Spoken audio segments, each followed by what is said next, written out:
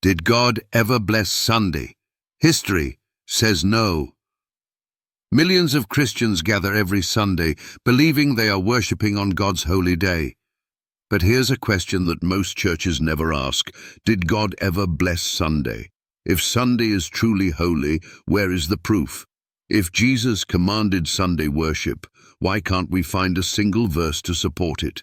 Today, we dive into history and scripture to expose the truth.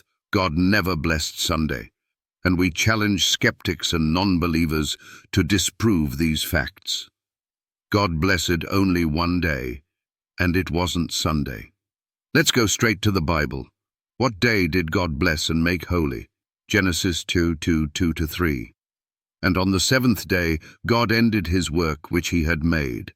And he rested on the seventh day from all his work which he had made. And God blessed the seventh day and sanctified it. Notice, God only blessed one day, the seventh day, the Sabbath. He did not bless the first day, second day, or Sunday. Exodus chapter 20,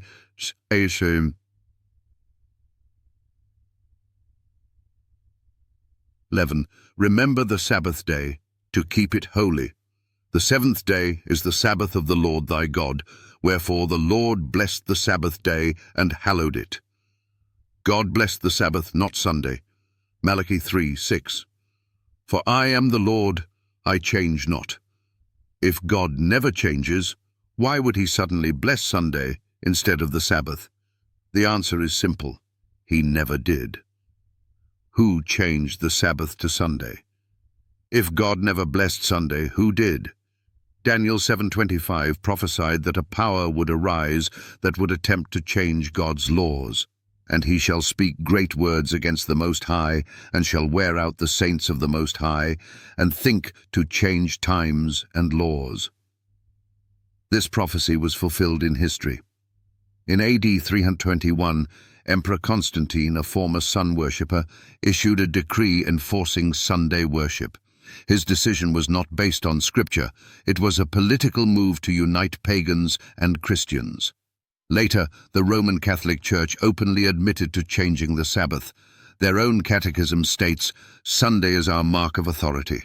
The Church is above the Bible, and this transference of Sabbath observance is proof of that fact. That's right. The Church claims it had the authority to change God's law. But does man have the power to override God's commandments? Did Jesus or the apostles worship on Sunday? If Sunday worship is truly biblical, then Jesus and his disciples would have commanded it. But what does the Bible actually say? Luke 4:16. And he came to Nazareth, where he had been brought up, and, as his custom was, he went into the synagogue on the Sabbath day and stood up for to read. Acts 17:2. And Paul, as his manner was, went in unto them, and 3 Sabbath days reasoned with them out of the Scriptures. Hebrews 4:9. There remaineth therefore a rest to the people of God. The Greek word for rest here is sabbatismos, meaning Sabbath-keeping. The Bible never commands Sunday worship, so why do churches teach it? A challenge to skeptics and non-believers. If you believe Sunday is the biblical day of worship, prove it. Here's your challenge. Find one verse where God blessed Sunday. Show one command from Jesus instructing Sunday worship. Prove from Scripture that the apostles replaced the Sabbath with Sunday. You won't find it, because it doesn't exist. Sunday worship is a man-made doctrine, not a biblical commandment. So why do billions follow it? Why? This matters, the last great test of obedience. This isn't just about a day. It's about obedience to God versus following human traditions. Revelation 14:12. Here is the patience of the saints. Here are they that keep the commandments of God and the faith of Jesus. God's true people will stand for his commandments, including the Sabbath.